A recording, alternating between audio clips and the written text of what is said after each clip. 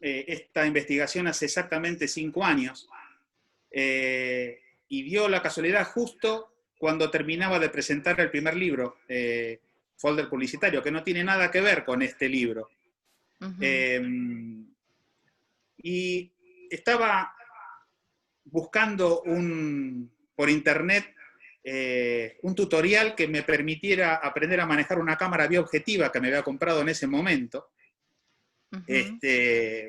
para justamente abordar un trabajo en analógico.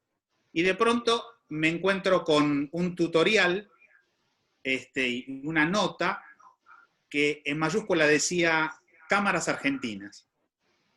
Yo hasta ese momento no Ujú. tenía ni idea de que acá habían existido fábricas que habían hecho cámaras. Entonces, por interés, por curiosidad me metí, y el que escribía esas notas, en realidad eran 3 notas, era este señor, ahora van a ver, que se llama José Ramón García Menéndez. Ajá. Este señor vive en la ciudad de Rosario y está considerado uno de los coleccionistas más importantes que tenemos en general de cámaras antiguas. Pero en una época se interesó por las cámaras nacionales. Y bueno, tiene una importante colección. Y cuando me meto en ese archivo, me doy cuenta de que había un montón de cámaras, inclusive una que es una de las más comunes para el coleccionista o para el interesado en la historia argentina, que es la famosa Geber Rex Lujo.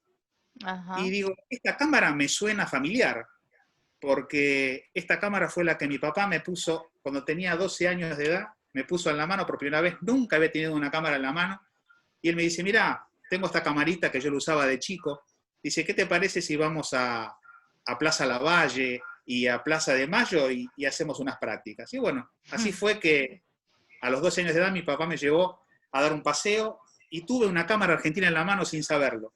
Y después de tantos años y por este señor que ven en la pantalla, en el Sí. 2015 me interesé muchísimo en la investigación y dije, ahí mismo eh, me contacté con Charlie Lawrence, le dije, mira, Charlie, ¿vos sabías que existían cámaras nacionales?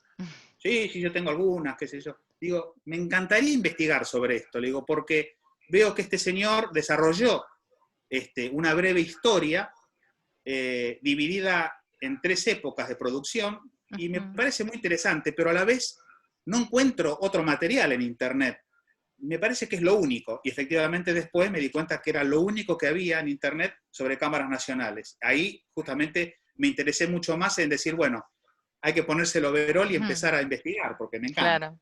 Y empezó todo. Buenísimo. ¿Y por dónde investigabas? Y Cómo mira, haces para hacer una esas? de las cosas que eh, tiene como particular la historia argentina de cámaras y de producción en general de aparatos fotográficos es que las empresas no dejaron nada documentado, Wow. nada. Lo poco que pude ir recabando con el tiempo fue a través de publicaciones de la época, de revistas como Revista Ah, Fotocámara mira. y otras de la época, muy comunes en Ujú. aquel momento.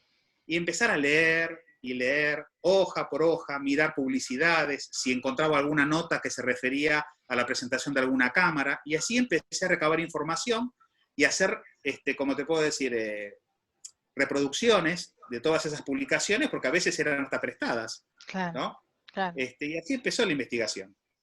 Qué bárbaro. Bueno, buenísimo. Bueno, te dejo tranquilo con tu charla. ¿No? Gracias. Bueno, como dije al principio, son 3 y muy marcadas épocas de producción de cámaras nacionales.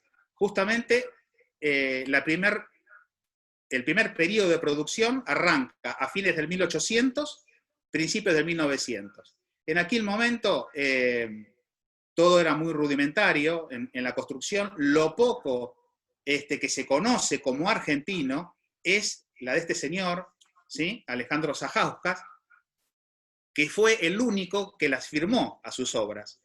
Esto no quiere decir que no haya existido otro fabricante en esa época, pero lamentablemente, como fue el único que las firmó a sus trabajos, es el que tenemos como referente de aquel primer periodo, ¿sí? Él tuvo a su vez dos periodos de producción. El primero, con las cámaras que vemos acá, ¿sí? Esta y esta. Estas son cámaras de viaje y acá cámaras de estudio, que como podrán observar son totalmente de madera, con herrajes de metal o de bronce. Y después tuvo una segunda y última etapa de producción, que lo vemos aquí en esta cámara, ¿sí? Que es totalmente de metal, ¿sí? Salvo la base de todo el banco óptico, ¿sí? Que es de fórmica. Después toda la cámara es de metal. Y tenía en sus columnas, estaba pintado al martillo, que era una forma de pintar las cámaras en aquel momento. Pero estas fueron las dos épocas de producción muy marcadas de Sajauskas. También Rosarino. Después de esta primera etapa, ya te digo, esto no significa que no haya habido otros constructores, pero bueno, se cree que la mayoría del resto que no firmaba las obras eran personas, importadores directos de acá a la Argentina, como si fueran hoy, no sé, Cosentino o alguno de ellos. En aquella época traían, importaban cámaras de afuera y lo que hacían era venderlas con una chapa que decía el nombre de la casa fotográfica que ellos tenían, ¿sí? Como acá resistió Rossi Lavarello y otros que eran contemporáneos a Sajauskas. Pero bueno, la segunda época de producción fue la más prolífica, fue la más abundante en cuanto a constructores de cámaras en la Argentina. Yo, naturalmente, por una cuestión de tiempo y para no aburrirlos, voy a hablar de los más importantes, no de todos ellos. Pero ya te digo, fue la época de mayor producción. Esta arrancó a fines de los 40 y terminó a fines de los 50. ¿Sí? Estas son las empresas más destacadas y están en orden cronológico. Héctor Frati fue el primer constructor, no solo acá en Argentina, sino en Sudamérica. Y esto lo aclaro porque inclusive en el libro yo lo he colocado, este escrito que yo encontré, a donde Gevaert, cuando llegó acá al país, la empresa Gevaert de Bélgica, se adjudicó ese título, como que fue el primer constructor en la Argentina y en Sudamérica, y no fue así. ¿Sí? Si bien fue el más prolífico de todos, porque fue el que más hizo cámaras y modelos de cámaras construidas acá en el país, no fue el primero, sino Héctor Frati. Bueno, después EFICA, Laboratorios Mecánicos MC, fueron los más importantes, y bueno, y uno de los pocos constructores que hizo cámaras acá en Argentina direccionadas al público profesional, porque el resto eran cámaras para el aficionado, para uso familiar, fue Bonasa, y también la famosa empresa que nosotros conocemos mucho más porque fabricaba ampliadoras, que era Osellame. Osellame también fabricó cámaras de gran formato profesionales, como Bonasa. Pero bueno, vamos a empezar a desarrollar un poquito el tema, si te parece.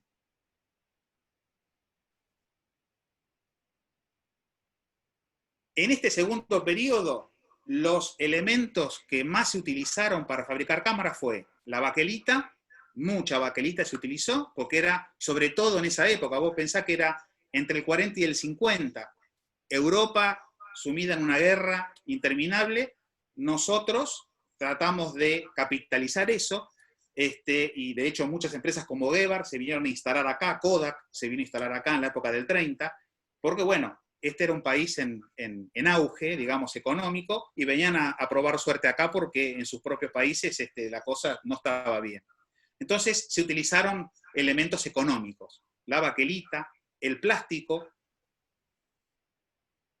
la madera. La madera se utilizó solamente en este modelo que ven acá, que después voy a nombrarlo, que fue construido por Laboratorios Mecánicos MC, que es el Joya Tropical Box. Fue en el único modelo que hasta ahora se conoce, y yo siempre digo hasta ahora porque insisto en este concepto, ¿no? No hay nada registrado. Todo lo que se fue descubriendo y que yo, por suerte, pude ir volcando al libro, es por hablar con coleccionistas, con gente de la época que vivió esa época, bueno, que ya rondan los 70, 80 años, y es así, ¿viste? Y todo lo que uno va buscando en bibliotecas y todo eso. Pero hasta ahora, lo que se conoce solamente fabricado en la segunda época de madera es esta cámara, ¿sí? Joya Tropical Box. Y después la chapa y el metal, como vemos allí abajo. Estos son los materiales que predominaron como materiales de construcción de cámaras en la segunda época. Bien, arranquemos por el señor Héctor Frati. Héctor Frati era un italiano que llegó acá al país a principios del siglo pasado, más precisamente en el año 1925. ¿Sí? Él vino oriundo de la ciudad de Siena, era oriundo de allí, de Italia. Él se radica acá en la capital y lo que hace es abrir un local en primera instancia de óptica frente al Hospital Santa Lucía de Ojos, que está acá sobre la Avenida Independencia, en la capital. Allí estuvo un tiempo y después se fue a radicar a la ciudad de Avellaneda, justamente porque le estaba yendo muy bien económicamente. ¿Por qué? Porque después de una época lo que hizo él es incorporar como medio de vida, aparte de la óptica, el servicio fotográfico. E incorporó algo que se usaba mucho en esa época, que era la fotografía de bautismos y la fotografía de carnavales. Eso, yo tuve la posibilidad también de hablar con el hijo, que todavía vive, el señor Enzo Frati, que ahora lo vamos a ver en una foto, y que tuve la suerte de hacerle un reportaje, y él me dijo, mira Adrián, mi papá, cuando comenzó a ofrecer el servicio de fotografía, sobre todo en los carnavales, a veces 2 cuadras de cola había, sin exagerar. Y eso que la fotografía era muy cara en aquella época. Hacerse un registro fotográfico era muy caro, sobre todo en los bautismos. Se hacían pocas imágenes, todo era muy cuidado y era muy caro. Muy poca gente tenía la posibilidad a nivel económico de hacer un registro fotográfico de un bautismo, de un casamiento. Sí, también sé que había como en los estudios fotográficos como la posibilidad de peluquería y de vestimenta y demás. Es como muy, muy pintoresco de la época eso. Exactamente. Pero bueno, le fue muy bien económicamente. Y al irle muy bien, una familia amigo de ellos, digamos, le proponen de alguna manera que él traslade su negocio a la ciudad de Avellaneda. Allí se radican, en Piñeiro, más precisamente, se radican allí, y ahí, bueno, siguen trabajando muy bien. Y otra de las cosas que me dijo don Enzo Frati, el hijo de Héctor Frati, es que, dice, mi papá le iba tan bien en esa época, con la fotografía inclusive, más que con la óptica, que llegó con sus operarios, que eran 50 mujeres, las que ensamblaban las cámaras, las 50 personas que trabajaban en su fábrica, eran 50 mujeres, él todos los meses se daba el lujo de rifar un auto. Así que imagínate esa época, ¿no? Qué bien que le iba con la fotografía. Pero bien, entonces él se radicó allí en Avellaneda, abrió su local allí de fotografía y en la planta alta él vivía, tenía su casa y abajo el negocio y la fábrica. Allí empieza a trabajar y fabrica con mucho éxito durante toda su época de producción, hasta que cerró la fábrica, 4 modelos de cámara.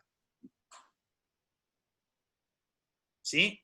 De los 4 modelos, los primeros 3 es los que llamamos nosotros cámaras de cajón. Y el último, el único que fue, reemplazó la madera o el cartón, perdón, el cartón o el cartón forrado de cuerina por la baquelita. ¿Sí? Ahora los vamos a ir viendo. Este es el señor Enzo Frati, el hijo, que cuando yo le hice hace 2 años el reportaje, ya tenía 86 años. Don Enzo Frati. Bien, aquí tenemos el primer modelo que cuando llegó al país Héctor fabricó, Héctor Frati. ¿Sí? Este modelo se llama Etsu. Se llama Etsu porque él lo que hizo es conjugar la primera parte de su nombre, Héctor, con la segunda parte del nombre de su esposa, que se llamaba Zuilia. Entonces, entre esos 2 nombres, hizo el primer nombre de la primera cámara que fabricó. ¿Sí? Aquí tenemos de los 4 modelos, de las versiones de este modelo, tenemos 3. El primero es de cartón forrado de cuero negro. El segundo, el que está en el medio, es el más económico, que es totalmente de cartón. Y el tercero es de cartón, pero forrado con una tela muy fina, muy económica, ¿sí? De color marrón. ¿Sí? Hay otro modelo que no está acá, que pronto lo voy a tener para fotografiar para el próximo, digamos, la próxima edición del libro, ya más ampliada. Es descubierto que es de cuero marrón, como el primero, que es negro, pero de cuero marrón. Ustedes verán que hay algunas diferencias entre estos, pero son estéticas. Las cuestiones mecánicas son muy simples. Acá pueden ver que estas cámaras solamente tienen un un botón de disparo, nada más. Las cuestiones estéticas son mínimas, ¿sí? En estos 2 visores, ¿sí? Acá no hay marco, como en esta, pero en esta sí tiene marco, pero no hay muchas más diferencias. Quizás la rueda de arrastre de la película, ¿sí? Aquí tiene 2 aletas distintas acá. Estas son muy similares y esta no es distinta, ¿no? Pero sacando estas cuestiones estéticas, que se repite, esta es una constante en la construcción de cámaras argentinas, generalmente se producen diferencias estéticas, pero en la cuestión técnica son muy simples. Después sacó este segundo modelo. Lo llamó Siena en honor a la ciudad que lo vio nacer. ¿Se acuerdan que yo dije que él había nacido en Siena, en Italia? Bueno, acá también tenemos 3 versiones de este modelo, de los 4 que hay. Lo que pasa es que el cuarto yo sé que existe, pero todavía no lo pude conseguir. Acá vemos el modelo de color verde, el rojo, el negro, y hay uno que es de color azul. Esta cámara es muy similar a una cámara inglesa en cuanto a su diseño, en cuanto, si podemos hablar de matrices. Yo cuando hablé con el señor Enzo Frati, con el hijo de Héctor Frati, él me aseguró que el padre, también como era matricero de profesión, él había hecho las matrices de sus propias cámaras. Pero bueno, yo cuando comparé esta cámara, este modelo, con el modelo Kellingworth, que es exactamente igual, que es inglés, inclusive en la rueda de arrastre de la película, en el visor, muy similar, obviamente en la estructura del cuerpo, ahí me entró esa duda, si realmente don Héctor Frati hizo esta matriz. Pero bueno, insisto, no hay material, no hay información sobre esto. De hecho, yo cuando le pregunté a Enzo Frati fuera de cámara, le dije, don Enzo, ¿usted se guardó los planos de su padre? Y dice, no, un error de juventud que yo cometí es que tiré todo. Cuando mi padre falleció, tiré todo, y las cámaras que ves acá me las regalaron, porque inclusive hasta tiré las matrices, me dijo. Bueno, es raro, ¿no? Pero es lo que él me dijo, lo que me transmitió. Es que ahora hay mucha conciencia más del recuperar, ¿no? Que a lo mejor antes no estaba tan presente. A mí me pareció raro porque inclusive don Enzo Frati, este señor que yo pude entrevistar, Sí. no solo es el hijo del constructor, sino que es fotógrafo, obviamente ya jubilado. Y su hijo, que también estaba ese día, también es fotógrafo. Es decir, es una familia de fotógrafos. Eso es lo extraño. Tirar todo lo de tu padre, sí. Y sabiendo que vos también sos fotógrafo, es raro, pero bueno, es lo que él me dijo. Bien. Este modelo particularmente también es muy económico, es de cartón, es decir, hasta yo no me imagino una persona haciendo fotos y que le hubiese agarrado la lluvia con esta cámara, porque es totalmente, lo único que tiene son los marcos de metal que ustedes pueden observar, que es como una cuestión de soporte de todo el resto, pero todo el resto es cartón texturado, ¿sí? De distintos colores. Es decir, es una cámara muy endeble. Si esto, ya les digo, le agarra la lluvia, yo creo que se quedan con la correa en la mano y la óptica, nada más. Es muy económica. Y el tercer y último modelo que sacó tipo cajón fue que tuvo 2 versiones. ¿Sí? Acá las vemos las 2. Son iguales. Lo único que cambia es el nombre. ¿Por qué? Porque este tercer y último modelo de cámara de cajón, él le puso su apellido. ¿Sí? Es la cámara Frati. ¿Sí? Esta también es de cartón, pero la parte frontal y la tapa trasera donde se inserta el rollo son de metal. Esta es la diferencia con la Siena. Pero como él realmente estaba en una especie de bonanza económica en ese momento, hubo una empresa muy importante de aquella época, Colux, que un representante de la empresa se acerca a la empresa de don Héctor y le ofrece que esta cámara salga con el nombre de la empresa. Y le ofrece un contrato de 1 año. Él lo acepta, firma ese contrato y esta cámara, como la vemos ahí en la parte derecha de la pantalla, sale con el nombre Colux.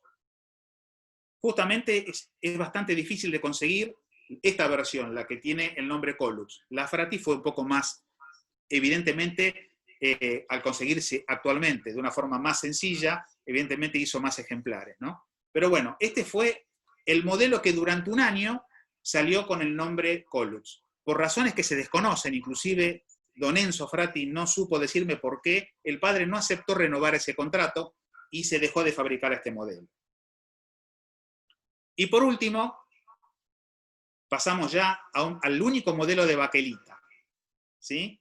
Este modelo se llama Frati de lujo y salió en 2 versiones. Acá podemos observar la parte trasera de la cámara que tiene estas dos especies de ventanita donde uno podía ver el número de fotograma, ¿sí? Pero bueno, este modelo salió en 2 versiones. Una versión que podía usar el tradicional en aquel momento rollo de 120 y el ya desaparecido, que es muy similar, un poquito más, no tan ancho en su extensión, el 620. A su vez, este modelo difiere del que no tenemos acá, que es el que tiene el obturador en el lado lateral del marco frontal del lente. Este tiene el obturador acá, ¿sí? El modelo que tiene un solo visor y que se puede usar solamente con negativo 620, arriba, en esta parte, tiene como una perilla con un tornillo interno que permite, a diferencia de este, sujetar mejor el rollo, cosa de que cuando uno movía la palanca de arrastre para mover del fotograma ya expuesto al fotograma virgen, tenía mayor sujeción adentro, era más firme. ¿Sí? Estas son las diferencias que hay entre los 2 modelos de Frati de lujo. Pero bueno, ya estábamos cerquita de la década del 50. Y ahí es cuando en la charla don Enzo Frati se puso un poco serio y me dijo, bueno, esto fue lo último que construyó mi papá, y por cuestiones políticas que en ese momento transcurrían en el país, mi papá tuvo que cerrar la fábrica. ¿Qué es lo que pasó? Le pregunté. Y me dice, bueno, en ese momento en la presidencia estaba Perón y lo que decidió en ese momento es prohibir la importación de materiales importados. Entonces, como hubo una pérdida masiva de entrada de emulsiones extranjeras, bajó notoriamente la venta de cámaras, así de nivel masivo como estas, ¿no? Y bueno, él empezó a perder ventas considerablemente y 3 meses soportó tener la fábrica con sus operarios cobrando su sueldo durante 3 meses sin producir una sola cámara hasta que decidió definitivamente cerrar porque no tenía sentido, no vendía cámaras. Y ahí fue que terminó la historia de Frati como constructor de cámaras en la Argentina. Después siguió, ¿no? Siguió en Avellaneda como uno de los más tradicionales y conocidos lugares de revelado fotográfico, pero ya no fabricó nunca más. Intentó en la última época de producción de cámaras, inclusive empezar a fabricar él rollos, pero económicamente no lo pudo hacer.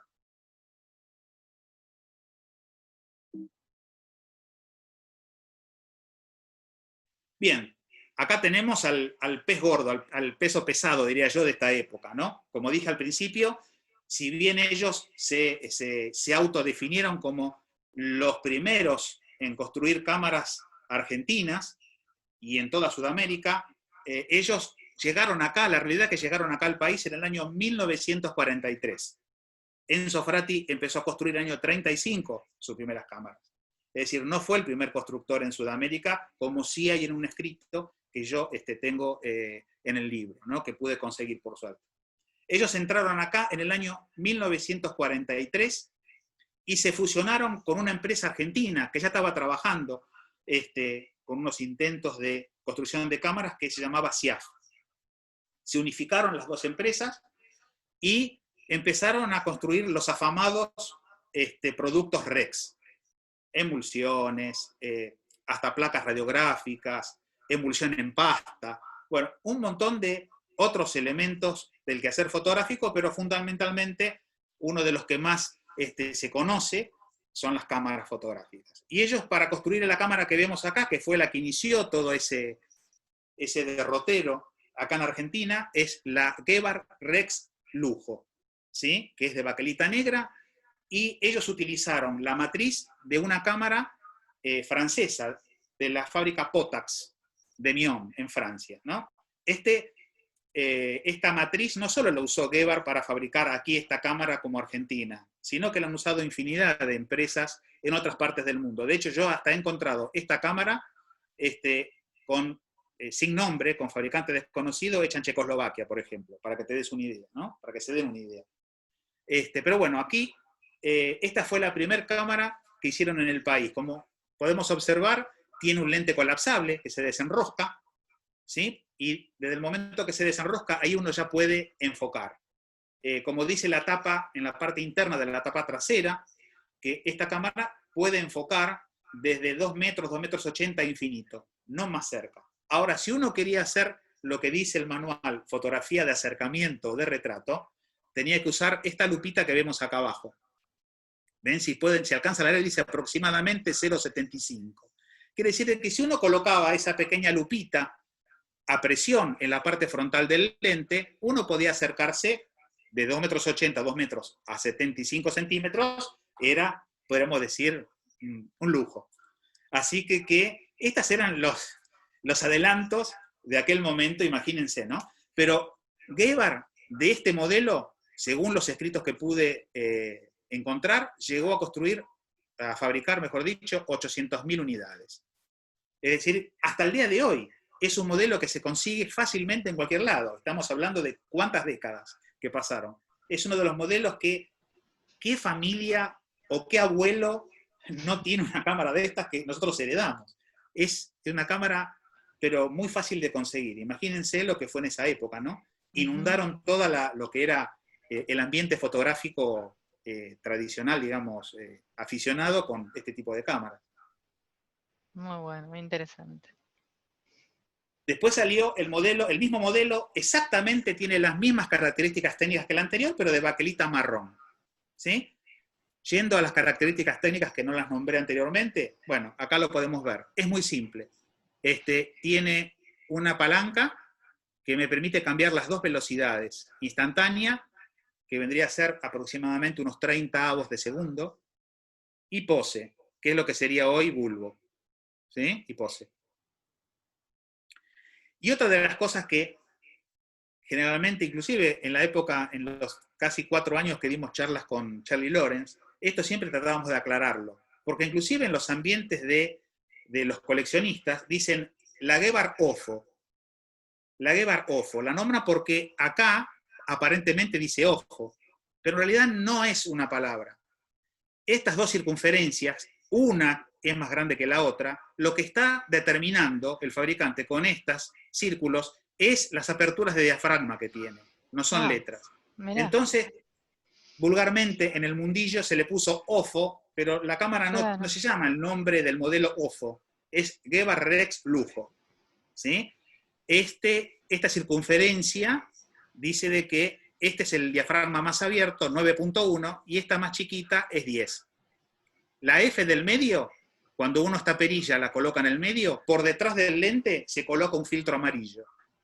Era muy tradicional en aquel momento, época del 40, del 50, que a las cámaras, estas inclusive de uso aficionado, se le colocara un filtro amarillo porque no había película color, y para la película monocroma era muy importante que agregara por lo menos un filtro amarillo, ¿sí?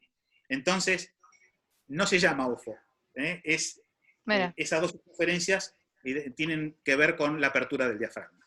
¿Sí? Esto es lo único que podemos tener en esta cámara. Esta cámara usaba negativo 120. ¿Mm? Bien, y acá tenemos la gran incógnita, ¿no? Alto color. Exactamente. Esta es la famosa y tan controversial Gebar Rex Lujo Roja. ¿Por qué controversial? Porque durante mucho tiempo, como esta cámara, no sabemos por qué, se consigue, es muy difícil de conseguir, mejor dicho, muchos empezaron a falsificarla. Literalmente tomaban una cámara de baquelita negra o marrón y las pintaban de rojo. Algunos lograron falsificaciones muy interesantes, otros no. Yo he visto cámaras que le pasabas el dedo y se levantaba la pintura, ¿sí? Pero otros lograron cosas muy interesantes. Ahora, que haya un, ¿cómo te puedo decir? Un documento que certifique que esta cámara la hizo Gebar, te mentiría si te digo eso. Hasta ahora yo no encontré nada y no conseguí de ningún colega conocido o coleccionista o interesado en el tema que tenga una publicación que diga Gebar Rex Lujo roja fabricada en tal año. No existe ningún documento. Pero la primera vez que vi este modelo fue en las vitrinas de Alejandro Simic, en el Museo Simic. Cuando voy allá le digo, Alejandro, ¿me permitís? ¿Podrías abrir la vitrina que quiero ver este modelo? Él obviamente accedió, abrió la vitrina, me mostró el modelo, y una de las asas que tiene donde se toma la correa de cuello estaba partida por la mitad, le faltaba un pedazo. Entonces, ¿qué hago? Miro en el interior a ver si la baquelita era del mismo color del exterior, y era del mismo color. Entonces ahí empecé a entender que no sé si Gebar en realidad la fabricó, porque insisto, no hay, hasta ahora yo por lo menos no encontré ningún documento que lo certifique, pero sí lo que me estaba dando la pauta que por lo menos ese modelo no era apócrifo. Y ahí empezó la historia, ¿no? Conocí un montón de personas. Yo, por suerte, tuve la posibilidad de conseguirla. Esta que está fotografiada, que está en el libro, esta foto, es del modelo que yo pude, de la que yo pude conseguir, que vino de Córdoba. La conseguí de uno de las personas que generalmente está al tanto, colabora conmigo en la provincia de Córdoba, que la consiguió y la pude tener, inclusive antes de hacer el libro para poder fotografiarla. Pero tiene las mismas características que la anterior, que las otras dos que vimos, pero es de color roja. Y uno de los coleccionistas también muy importantes, junto a Menéndez, que lamentablemente falleció hace 2 semanas, el señor Blanco, que fue uno de los también más importantes coleccionistas, que tuvo locales de venta de cámaras antiguas muy importantes en San Telmo. Él me dijo que él llegó a tener también una Gebar de este tipo, de este modelo de color blanca. ¿Sí? Yo no la llegué a ver, tampoco, como en este caso de la roja, no llegué a encontrar nunca, ni siquiera una publicidad de la época que la muestre, pero él me dijo, yo tuve una blanca y no era apócrifa. ¿Sí? Y un ex alumno mío de la facultad, un hombre también que peina canas, me dijo, Adrián, yo en mi época de juventud vi en la Casa Frati de Avellaneda, vi en las vitrinas en venta, como nueva, ¿no? Con su caja, una Gebar blanca. Pero bueno, esa hasta ahora no hay nadie que yo conozca que la tenga. ¿Sí? Pero bueno, aparentemente existió. Bien, después, como yo siempre digo en chiste, obviamente, para la dama y para el caballero también existieron las cámaras para la dama, las famosas Gebar Baby, Rex Junior o Rex Junior Baby, ¿sí? Que son exactamente como las anteriores, pero pequeñas, muy chiquititas. ¿Sí? También las fabricaron en baquelita negra y en baquelita marrón. ¿Sí? Son muy pequeñas, estas ya no tienen la posibilidad de modificar los diafragmas. Ustedes ven que no dice, no tienen los 2 circulitos, ni la F, no tiene filtro amarillo, solamente dispone de la posibilidad de modificar el disparo, de instantánea a pose, nada más. Pero estructuralmente es exactamente igual a las anteriores, pero más pequeñas.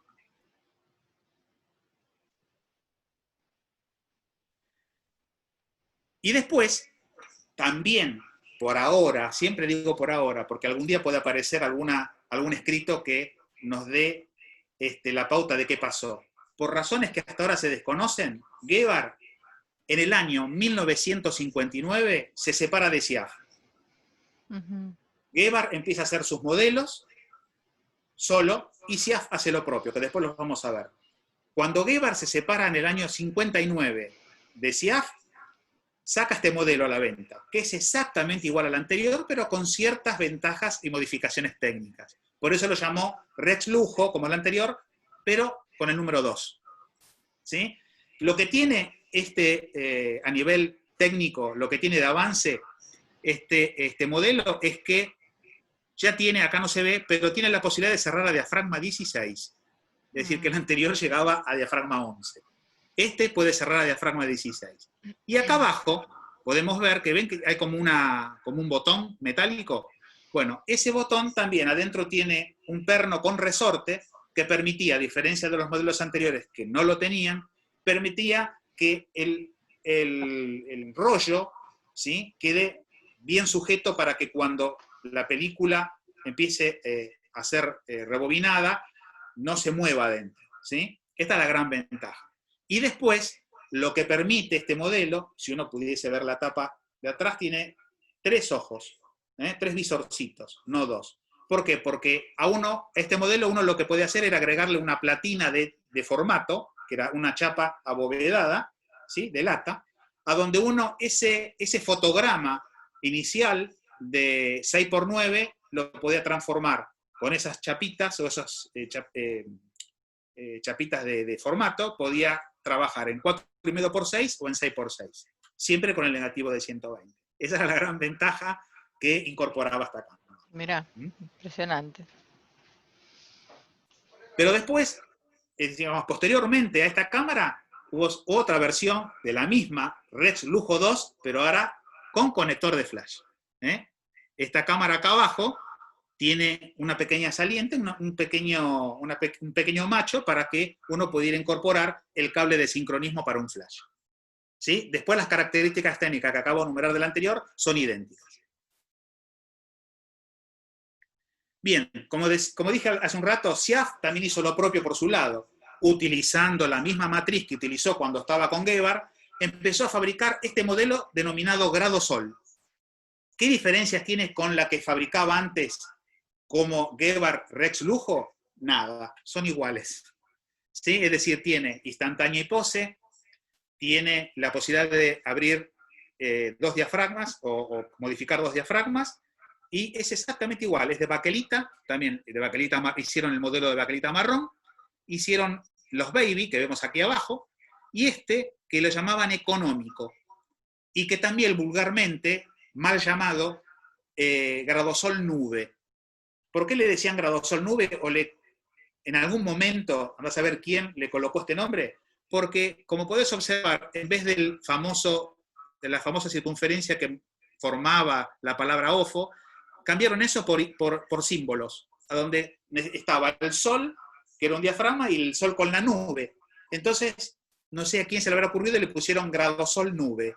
Pero en realidad en los textos, en las publicidades de la época, se llama Gradosol Económica. La diferencia por la cual la llamaron económica es porque esta cámara no tiene abajo la posibilidad de la entrada para enroscar en un trípode, y las abrazaderas que vemos acá al costado, que unen la tapa delantera con la trasera, en vez de ser de hierro, son de plástico. Por eso la llamaron económica.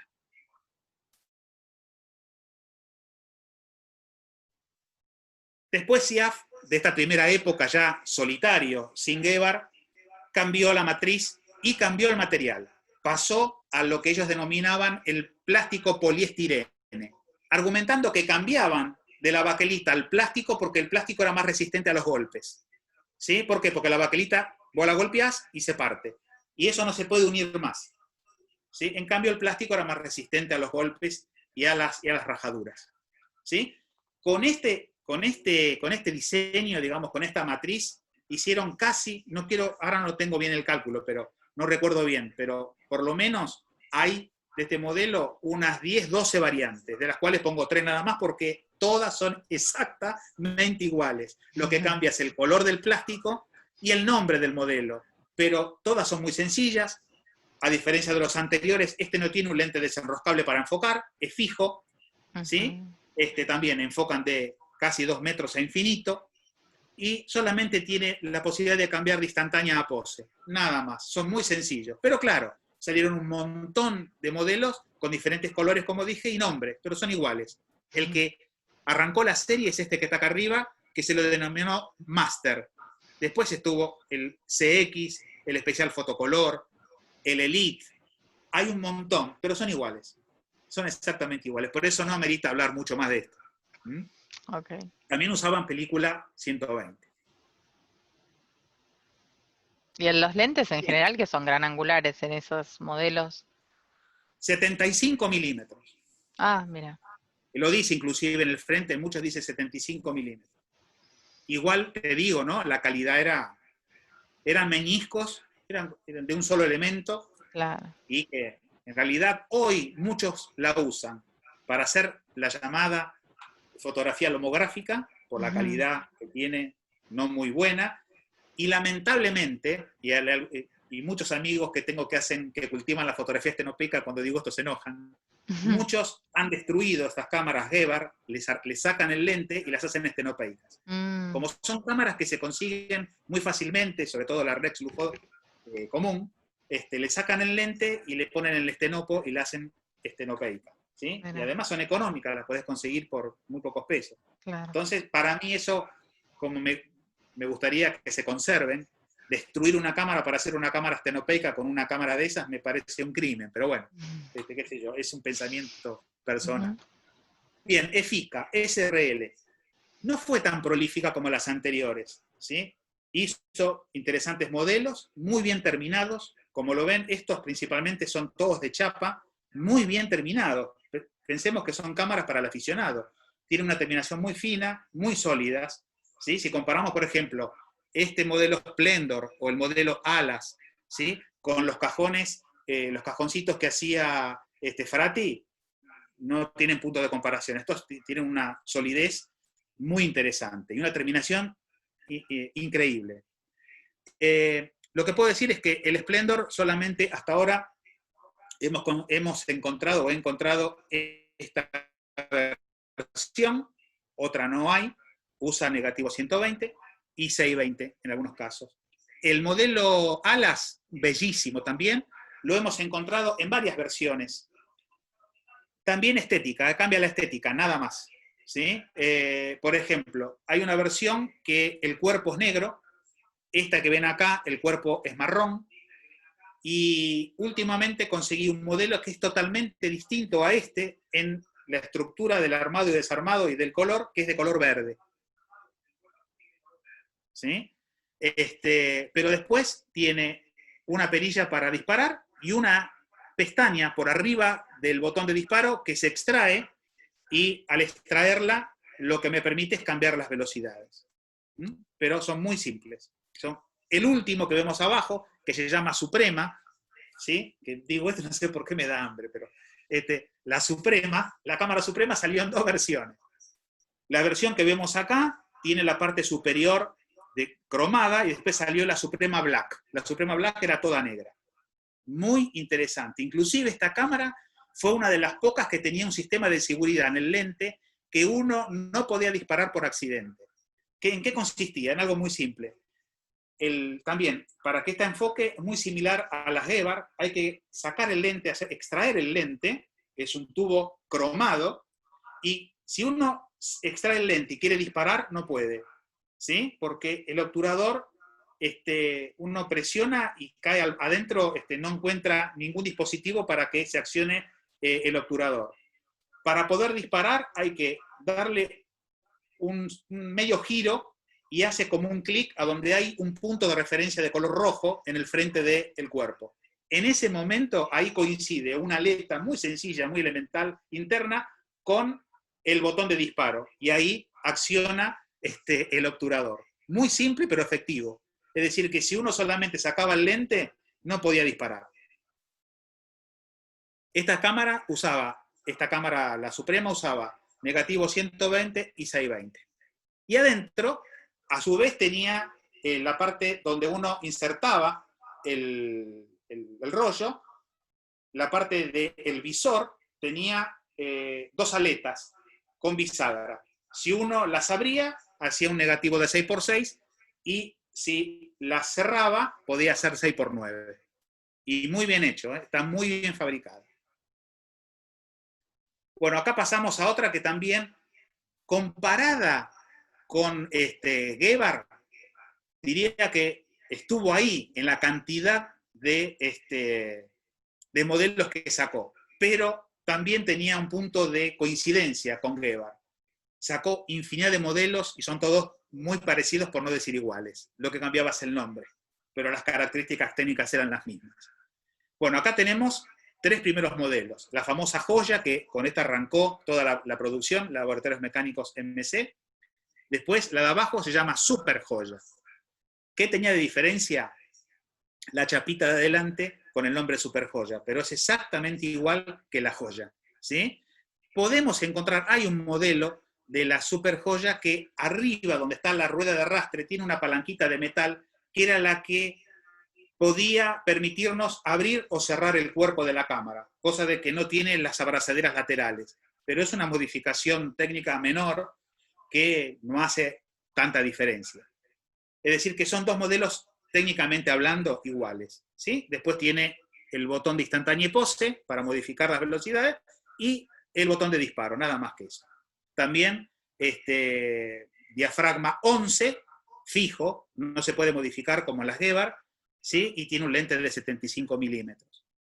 Y la de abajo, la Baby Joya, muy rara, de baquelita también, son todas de baquelita.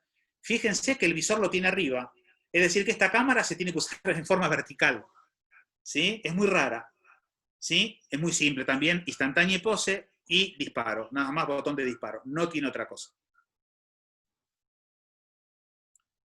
Este es otro modelo de Laboratorios Mecánicos MC, muy lindo de baquelita, la Joya Reflex, ¿sí? Es una cámara que tiene un lente superior para poder encuadrar a través del visor de cintura y el lente inferior es el que captura la imagen. Por ahora lo conseguí en 3 versiones. Uno de baquelita marrón, como vemos acá, y el visor de baquelita marrón. Después hay una de baquelita negra con el visor de chapa plateado y otra de baquelita negra con el visor de chapa, pero de color negro, ¿sí? También usaba película 620 y 120.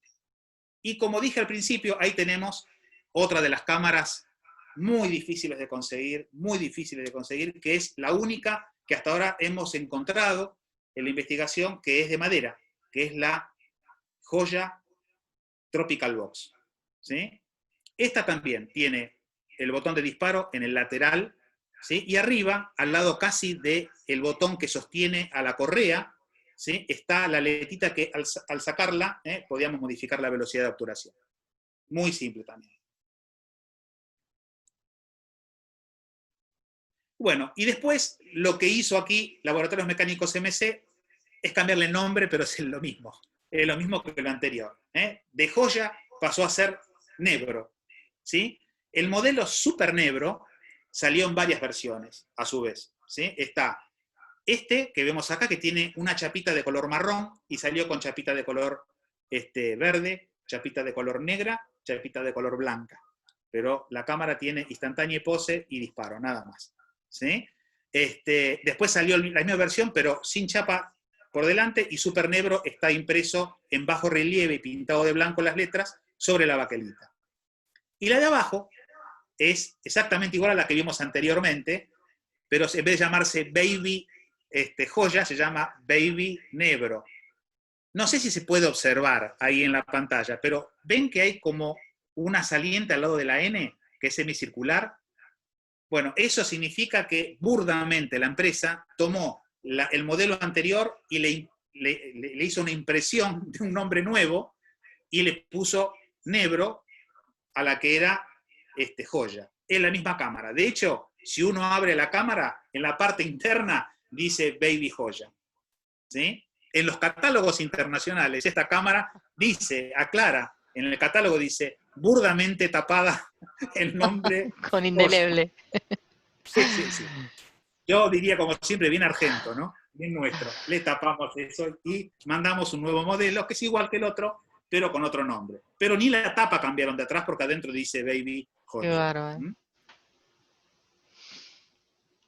Bien, y después también, antes de concluir toda su época de producción, Laboratorios Mecánicos MC saca con la misma matriz una cámara que se llama Ámbar. ¿Sí? Es igual que las anteriores, que las Baby Nebro, que las Baby Joya, perdón, que las Nebro, que la Joya, que la Super Joya, que la Super Nebro. Y la Protax, que vemos ahí abajo, es igual que la Baby Nebro y la Baby Joya, pero con una chapita que dice otro nombre. Es exactamente igual. ¿Mm? Y llegamos ya al final de la segunda época de producción, que es la más larga, ¿sí? Como dije al comienzo, con dos empresas que son las únicas que, por lo menos hasta ahora se conocen, que fabricaron cámaras orientadas al profesional de estudio, ¿sí? Bonassa, Saverio Bonassa, en la ciudad de Mar del Plata. Él comenzó no construyendo cámaras, fabricando cámaras, él hacía rifles de avancarga, ¿sí? Fabricaba algo que amaba mucho y que de hecho lo practicaba en el tiro, ¿sí? Fabricaba rifles de avancarga. ¿Sí? Después se dedicó a la fotografía, a construir este tipo de cámaras para el profesional y hizo dos modelos, el Bonassa Profesional y este que vemos acá, el Bonassa Profesional 2. Las características técnicas eran exactamente iguales y aquellos que querían comprar la cámara, ya con los lentes, él las vendía con lentes Schneider, ¿sí? Gran angular, normal y tele. ¿Sí? Esta es una cámara que básicamente trabaja con negativo de 13 por 18 placas de 13 por 18 centímetros, pero también traía adaptadores. Y la otra, que yo había nombrado al principio, que nosotros más la conocemos por la fabricación de ampliadoras, eso se llama. ¿Sí? Ahora, si ustedes analizan bien, fíjense la estructura de esta cámara, los herrajes, los botones, fíjense el diseño, ¿no es igual al anterior? Bien, Sí. en realidad sí, en realidad sí. Yo tuve la posibilidad, todavía sigo en contacto, por esto también de la pandemia, tuvimos, todavía no tuvimos una pequeña distanciamiento, pero simplemente por las preocupaciones de cada uno, pero estoy en contacto con la hija del señor Bonassa, ¿sí? Y ella misma me dijo que su padre, cuando empezó a construir esta cámara, lo único que patentó como propio y que diseñó él es el trípode, ¿sí? Después, parece ser, porque esto también ella me lo tenía que averiguar, todavía no logré tener esa información, parecería que él colaboró con Osellame y aparentemente le cedió los planos del diseño de esta cámara para que Osellame pudiera fabricarla como propia, ¿sí? Pero todavía eso es extraoficial, ¿eh? Me lo dijo la hija, pero bueno, ya te digo, por esto de la pandemia ahora ella también está con sus problemas y en algún momento retomaremos, nos vamos mandando mails y toda esa información me ha mandado, y bueno, entre otras cosas, antes de que pasara todo esto, me dijo que estaba averiguando eso, pero era muy factible que el padre cediera en aquel momento, Mira. a través quizás de algún contrato, las matrices o los planos para que Osellame pudiera fabricar esta cámara. Pero bueno, eso está por verse, ¿eh? No es oficial. Bien. Y por último llegamos a la tercera época de producción, que es la última, que arranca en el año 60 y termina a nivel masivo. A nivel masivo termina en el año 1980. También, aquí hay infinidad de cámaras, solamente, y por una cuestión de tiempo, he colocado unas cuantas nada más, que son las más significativas, ¿sí? Las que han hecho más cantidad de modelos como argentinos. Algunos trayendo matrices del extranjero, como pasó con Kodak, ¿sí? Y como pasó con ACFA. Inclusive matrices que han usado la misma matriz en otros países, como en España, en Inglaterra y en la propia Estados Unidos, ¿sí? Y otras que no, que son consideradas pura sangre argentina, como la vemos ahí a la Tauro y como vemos a la danesa, ¿sí? La danesa y la Tauro fueron fabricadas en Quilmes, Gloria, en Quilmes, ¿eh? Son, inclusive, Tauro es una de las pocas empresas, si no la única, junto con Danesa, que no solo la matriz, sino las partes que componen internamente a la cámara fueron fabricados y diseñados acá en Argentina, ¿sí? Tauro la fabricaba Salviani, Sociedad Anónima, y las danesa Pedro Danef, Sociedad Responsabilidad Limitada. Las dos fábricas estaban en Quilmes. Bueno, Tauro también. Tauro fue inclusive la única empresa argentina que durante el año 71 y 72 fue la única empresa argentina hasta hoy que pudo tener un stand en la famosa Fotoquina, presentando los productos argentinos.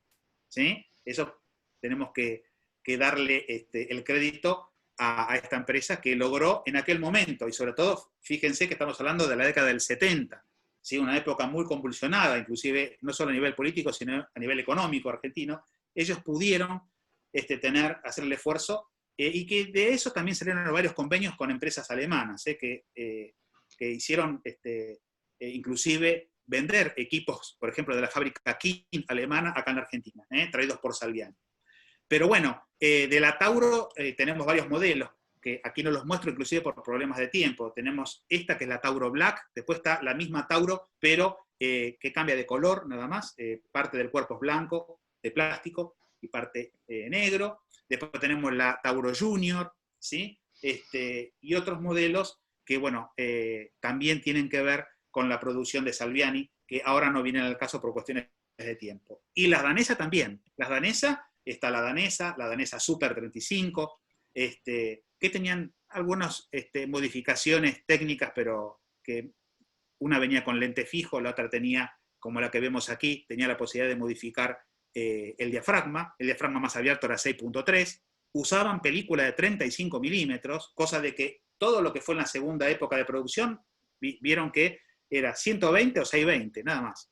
¿Sí? Estas ya no solo empezaron a ser, como dice el texto que seguramente habrán leído, no solo bajaron en su tamaño, sino que casi todas fueron fabricadas en plástico, ¿sí? Muy pequeñas, y todas trabajaban con películas que ya inclusive, si se fabrican en poca cantidad, que son 127, 126, 110, ¿sí? Y como la danesa, 35 milímetros. Fue una de las pocas cámaras, y esta sí, insisto, argentina, que trabajó, sí, a nivel aficionado, con el rollo de 35 milímetros. ¿Sí? Esta cámara que vemos aquí al costado, Radiant, era fabricada por SIAF, pero con licencia de una empresa española que se llamaba Negra.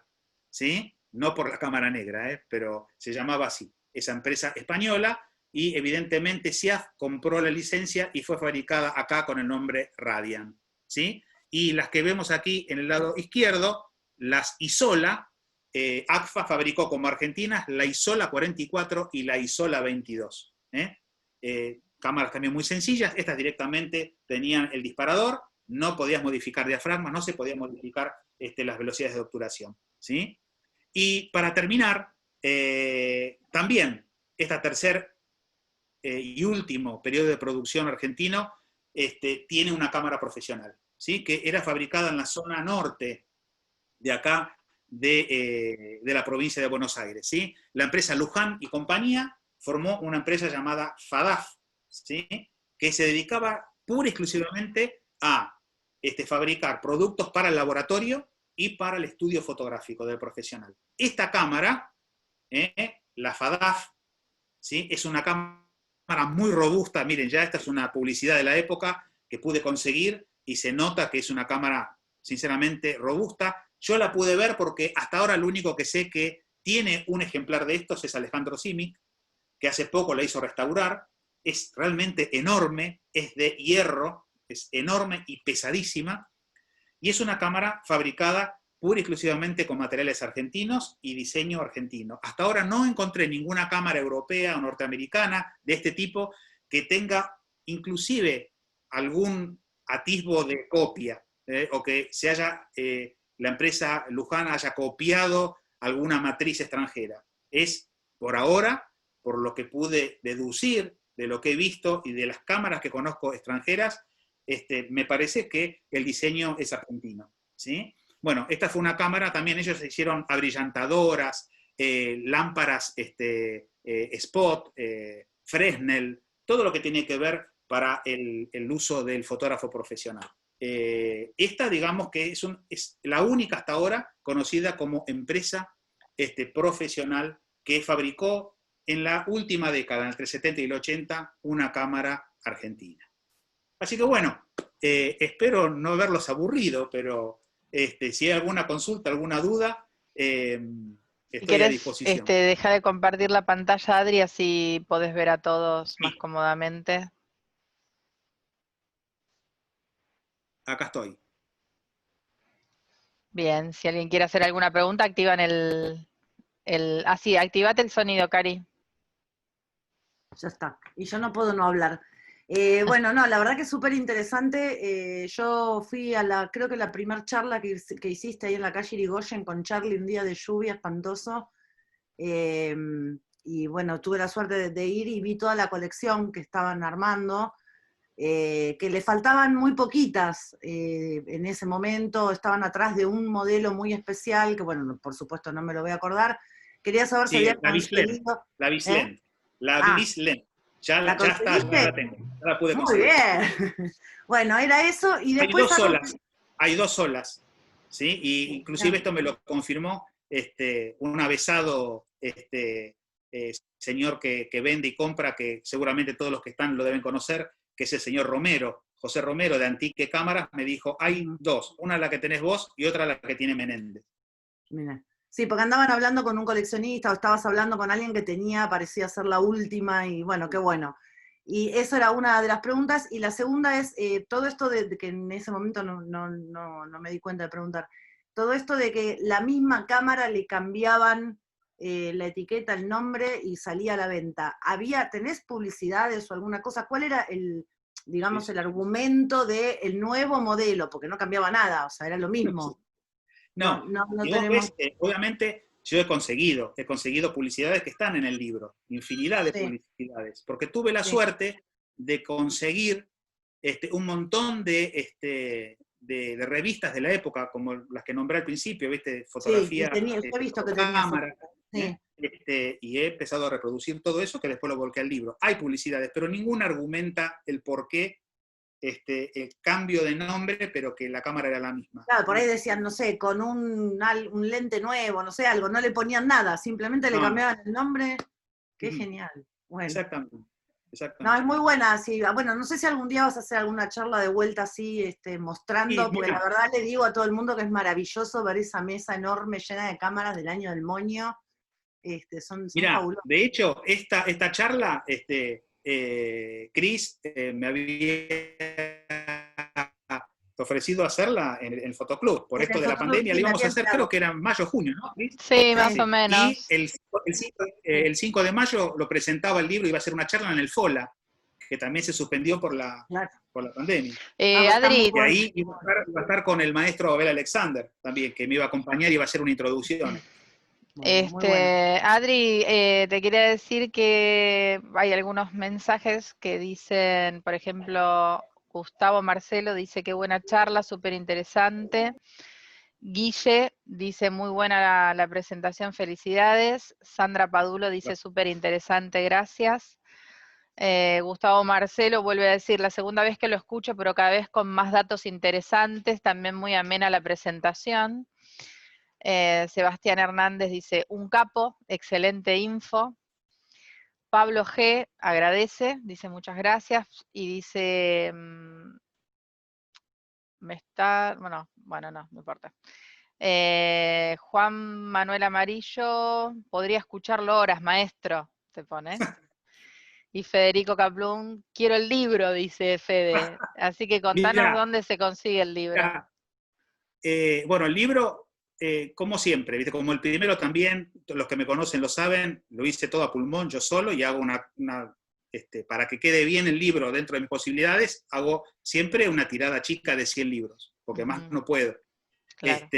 Y aunque te parezca mentira, ahora que estamos en esta época de encierro, fue la época que más he vendido. De hecho, se contactó conmigo uno de los integrantes del Museo Gebhard de Bélgica. Mirá. Y me pidió el libro en PDF, se lo envié y está haciendo las tratativas para que sea parte del Museo Gebhard. Y me mandó catálogos en PDF y todo. Puedo creer, buenísimo. Y se han conectado fotógrafos norteamericanos, se ha conectado un señor japonés que hizo un libro similar, pero de todas las cámaras japonesas. Obviamente, imagínate el libro japonés es enorme, porque imagínate, ellos tienen una producción de cámaras Claro, claro. interminable. Pero bueno, también que me pidió el libro, ¿quién muestra un Atauro ahí? ¿Quién es? Un Atauro. ¡Qué grande! Fede. Federico. Eugen Cor dice, muy bueno, Adrián, vamos por el segundo libro.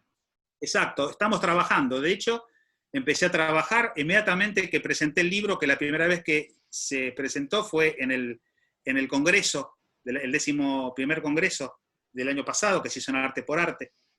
Ahí lo presenté. A partir de ese momento seguí la investigación, encontré cámaras nuevas, que inclusive cada vez que encuentro una cámara me contacto con todos los referentes que por edad vivieron esa época y tampoco las conocían. Esto es lo que tiene el argentino. Hasta los más avesados a veces dicen, ¿pero qué encontraste? Nadie lo conocía hasta el día de hoy. Tal cosa. Bueno, ahí Sebastián Hernández te está mostrando cosas, algunas. Sí, exactamente. Hola. Ahí está Hola. Sí, ¿quién habla? Eugenio, ¿me llamaste? Eugenio. ¿Yo? Eugenio. No, yo no llamé. No sé, tengo nada. Perdón, disculpa. No. Ay, qué bien, Ahí mirá está todas las Sebastián, cámaras. claro. Perdón.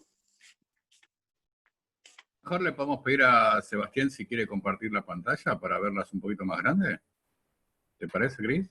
Dale, Sebastián, ¿podrás? Claro, que hable porque no se lo ve. Están mostrando una gradosol blanca, dicen. Sí, me parece. Y bueno, ¿ves? Ahí está. Ahí tenemos una versión de las que yo hablaba, de que solamente tenía la referencia de blanco sobre la Guevara blanca. Claro. Bueno, ahí tenemos también una Mecha Box, que yo no hablé, que está la Mecha Box y la Microvic, que fueron fabricadas por RCA Victor, acá en Argentina. Por eso, hay un montón de otras marcas que no hablé, pero bueno, RCA Victor, por ejemplo, conocemos 2 cámaras que fabricó. Es decir, no las incluí para tampoco extender demasiado la cosa. Bueno, la Gloria, en honor a Gloria, está la Gloria. Bueno, Gloria, hay 2 versiones, ¿sí? Pero son muy sencillas y lo que cambia es simplemente quién la vendió, ¿no? Bueno, acá hay varios más que preguntan, por favor, cómo se consigue el libro. Perdón, estaba hablando de eso. Como decía, como lo hago en forma particular y, sinceramente, de dejar el libro en alguna de las librerías que tienen un cierto convenio con la imprenta, la editorial a donde yo hago el libro, piden un porcentaje muy alto para poder venderlo. Económicamente a mí no me sirve, porque yo ¿qué hago? Vender el libro para recaudar e invertirlo en el próximo. Claro. Entonces lo vendo en forma particular. Se tienen que contratar conmigo, me quedan 12 nada más, Nada Bien. más, 12. ¿2? Y ya te digo, 12. 12, ok. 12. Porque ya te digo, inesperadamente en esta cuarentena, estos buenísimo, 2 últimos meses... ¿viste? Genial. Algo positivo, muy bien. Sí. Quería decirle algo que por ahí no tiene que ver exactamente con lo que estás hablando, Adrián, pero es la primera vez que te veo, por lo que veo sos un fotógrafo muy avesado, y además de eso te conocí gracias a tu hijo, porque un día sacando fotos por Puerto Madero con mi esposo, él estaba andando en bicicleta, y bueno, yo le saqué fotos a él, a tu hijo, y entonces se paró a preguntarme qué hacíamos, qué sé yo, y entonces me comentó, me dijo, mi papá dice, es fotógrafo, está haciendo un libro. Le digo, decime, entonces me anoté enseguida el nombre, y bueno, así te busqué, y bueno, hoy justo en la charla entré un poco tarde, pero bueno, así te conocí, sin querer, por tu hijo que dio muy buenas referencias tuyas. Sí. Sí, dijo, me contó. Claro, me sale. Está adiestrado. Está adiestrado. Así que bueno. Adri, decime tu mail, así lo pongo acá en el chat porque Sandra Padulo quiere contactarte para comprar uno. Te doy los 2. El del estudio es info @ espérame, un el apellido, info @ sí. La info Gioia, sí. La Gioia, guión del medio. Sí. Guión del medio. Sí. Estudio con E. Sí. .com.ar. Bien. Y el personal es Adrián Emef, como suena, E-M-E-F, Adrián Emef. Espera, Adrián. Emef. Emef, E-M-E-F. Exacto. adrianmf, todo junto en minúscula, @gmail.com. Perfecto.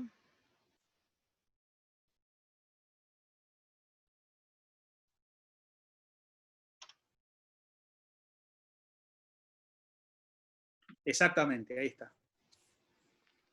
Es eso. A ver qué más. Bueno, Sandra, ya esto ahí pasamos el mail. Y después dice, hay un bar fotográfico, dice Rubén Imbrogno, que se refiere al Museo CIMIC. Si vi varias cámaras que mostraste. ¿Cómo? Que Rubén Imbrogno cuenta que en el Museo CIMIC él vio varias de las cámaras que justo vos mostraste, Exacto, ¿no? exacto. Una de ellas, la Gueva Roja. Ujú. Exacto, exactamente. Sí, sí. Después, alguien que está con el nombre Galaxy S9, que no puso su nombre, sino que quedó con el nombre del teléfono, dice, no me linchen, pero Amazon imprime los libros a medida que se van vendiendo. No es necesario tener el stock, pero tendrían que averiguar bien cómo es. Te tira un dato. Bueno, interesante. Ahí puse yo los mails, bien, ahí Sandra ya los tomó. Bueno, perfecto. Bárbaro. ¿Alguna otra pregunta que quieran hacer?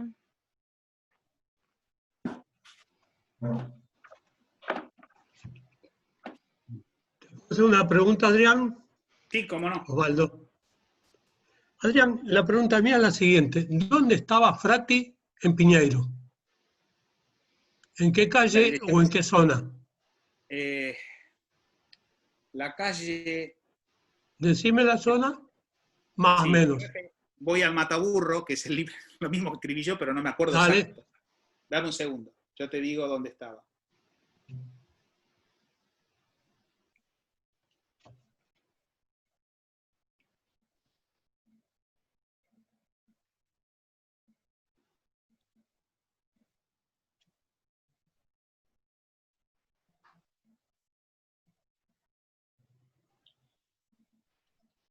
En la avenida Galicia 767. Ok. Conozco, sí, perfecto. Gracias por la información. No, por favor. ¿Alguna otra consulta, chicos, chicas? No, ¿Alguna yo de curiosidad? curiosa, porque a mí me gustan las máquinas antiguas. De hecho, el año pasado hice un taller de unas de placa, la verdad que divino. Las viejas, las primeras que mostraste del 20, del 40, ¿eso hay alguna? Porque vi la foto, está muy preciosa, pero digo, ¿se bajaron de ¿Cuáles? ¿A cuál te internet? referís? Las ¿De la primera primeras, época o de las primeras segunda? que mostraste, que ¿Qué, las eran de como Sajaucas? las de caja, esas. ¿Hay alguna de esas? Yo conseguí una, pero la que viste, la que era toda de metal.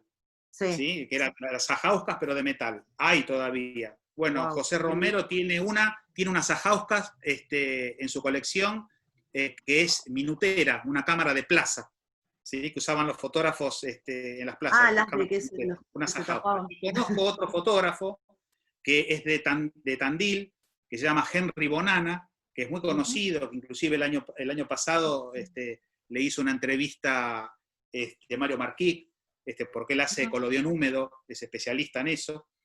Él tiene unas ajauscas de madera, de la producción de madera. Qué lindo. Algunas quedan todavía. Sí, Qué bueno, que son hermosas. sí. Sí. Bueno, nada más. Buenísimo, bueno, entonces se pueden contactar por mail y ahí vos le contás de cómo hacen para comprarte el libro. Así que bueno, no sé si alguien tiene alguna pregunta más. ¿No? Bueno, nada más que agradecerte un montón, Adri. Sí, Sí, si me permitís un segundo, sí. yo siempre digo al final de una charla o de una presentación que toda esta investigación o este libro, que es, digamos, el resultado de la investigación, no pudiera haber sido posible sin la colaboración de gente que me ayudó muchísimo y desinteresadamente. ¿Sí? Entonces, quizás capaz que me olvido de alguien, pero si me permitís, quiero nombrarlos. Sí, por supuesto. Porque merecen que los nombre, porque fueron partícipes de esto y que hasta el día de hoy la mayoría me siguen ayudando y colaboran con la investigación.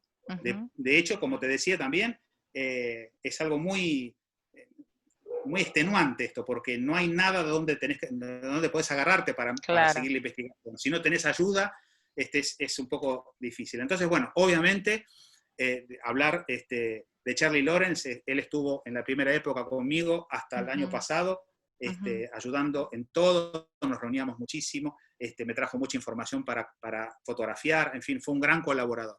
Después, bueno, Mario de la Pena, que también es de Quilmes, y no solo ha colaborado conmigo en mucha información, este año tuve la suerte que a través de él conocí a las hijas de Lanza, ¿sí? Que les hice un reportaje exactamente en Quilmes, ellas me invitaron a su casa en el mes de febrero, les hice un reportaje que ya lo tengo transcrito para el próximo libro, me han facilitado un montón de cosas que el padre ha fabricado, me han dado folletería, me han regalado folletería que de esa época que ya no se consigue, bueno, gracias a Mario de la Pena. Pero aparte Mario de la Pena es un gran restaurador, y él, gracias a él, muchas cámaras que conseguí difíciles que estaban realmente en un estado deplorable, él las ha restaurado con una maestría impresionante.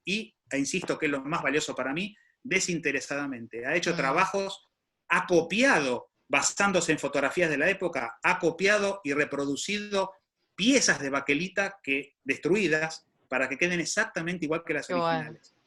Bueno, Mario de la Pena. También Jorge Calvo. Jorge Calvo es un ya fotógrafo retirado, también de Quilmes, que tiene su propio museo, con eso te digo todo. Es un historiador que ha hecho 2 libros sobre la fotografía de Quilmes.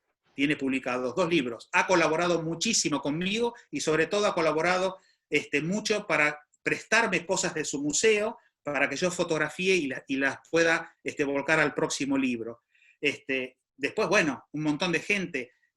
Andrés Fontana, que es un constructor contemporáneo de cámaras de formato grande y estereopecas que viven en Mendoza. Alejandro, de AF Analógicas de Córdoba, que gracias a él conseguí la Gueva Roja.